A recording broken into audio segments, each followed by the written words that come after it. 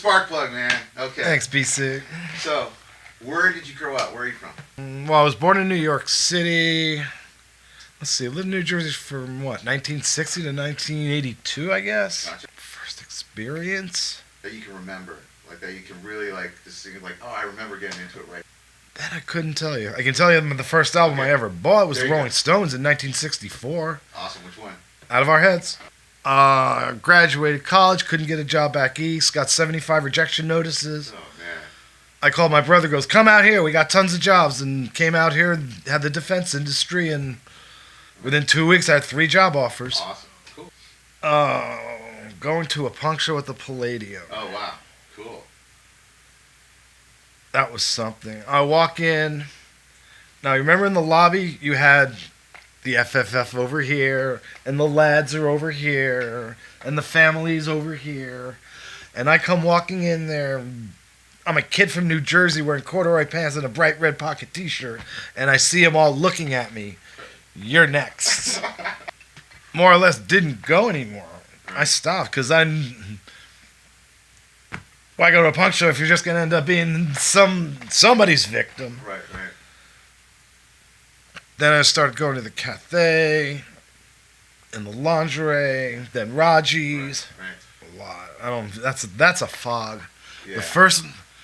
What's the first show I can really remember would be in like 1985, 86. That's right. I went to see Firehose at the lingerie, and the Love Dolls opened up. Oh, very cool. Then the next time I saw him was at, what was it called? The amusement park? Yeah. That's Not Bombs. Okay. That's where I met Ed Crawford. Very cool. That's when I started working for them, and from there it was the SST bands. My places. Al's Bar, Mr. T's. I worked the last show before it was closed for the upgrade. I just remember it took me an hour to come up with enough mic cables that worked.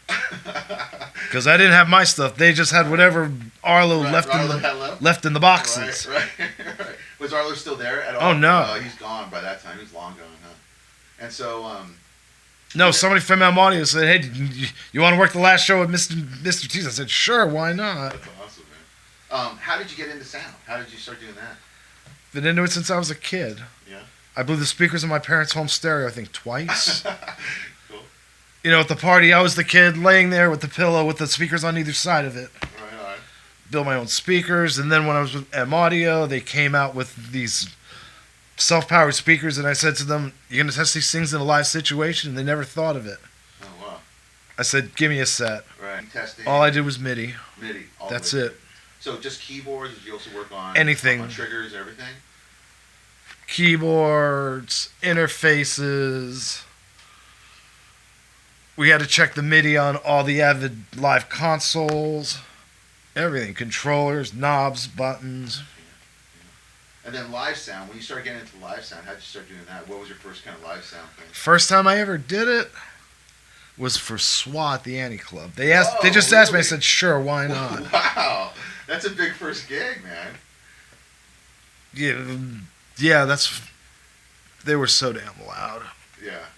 I was trying everything I could to make Merrill audible over them. And that was with Sylvia, too. Sylvia was still... That was with Sylvia. Yeah. Then after, with M Audio, once I got then I said, well, why don't I do this and may as well do it and make some money. Right, definitely. So I started doing the punk shows out in San Gabriel. Right.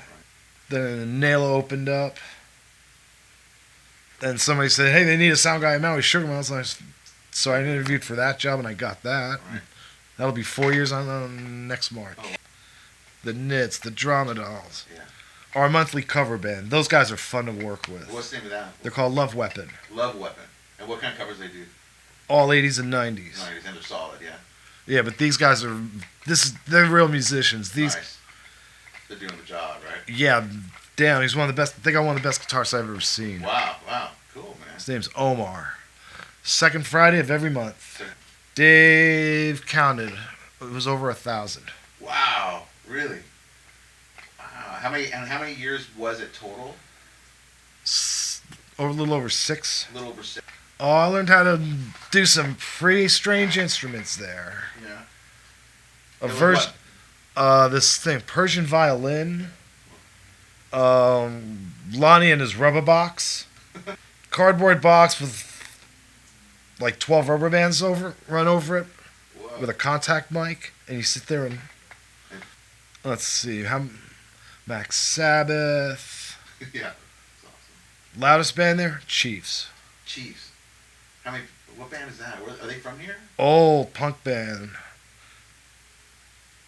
They set up full stacks. In fact, so did what were they called? Full Sail Club with Tony Adolescent and Scott Reeder. They all had them, every one of them. On the Chiefs, everyone had full stacks. I think it was measuring 115 decibels, Oh my 10 God. feet from the stage. That's dope. That was, yeah, my ears were hurting after that one. Gets pretty loud at Sugar Mill too. Yeah, it does, man. Well, that and you've got this one speaker here, and you can't have any sound going towards the bar because of the decibel meter. It's too. Oh, there's a decibel. There is. Oh my God! So you're dealing with the decibel meter over there. I figured it out pretty much. Where it's all, if you're sitting at the table, you hear it, but if you're at the bar, you don't. Right. Well, that's good. Of course, people at the bar sometimes complain. I can't hear anything. It's supposed to be that way. Right. Kids nowadays, I don't like what they're doing. I can't get into that shoegaze. You still got punk bands. There's still a lot out there. There's not a lot of places to play though. Yeah.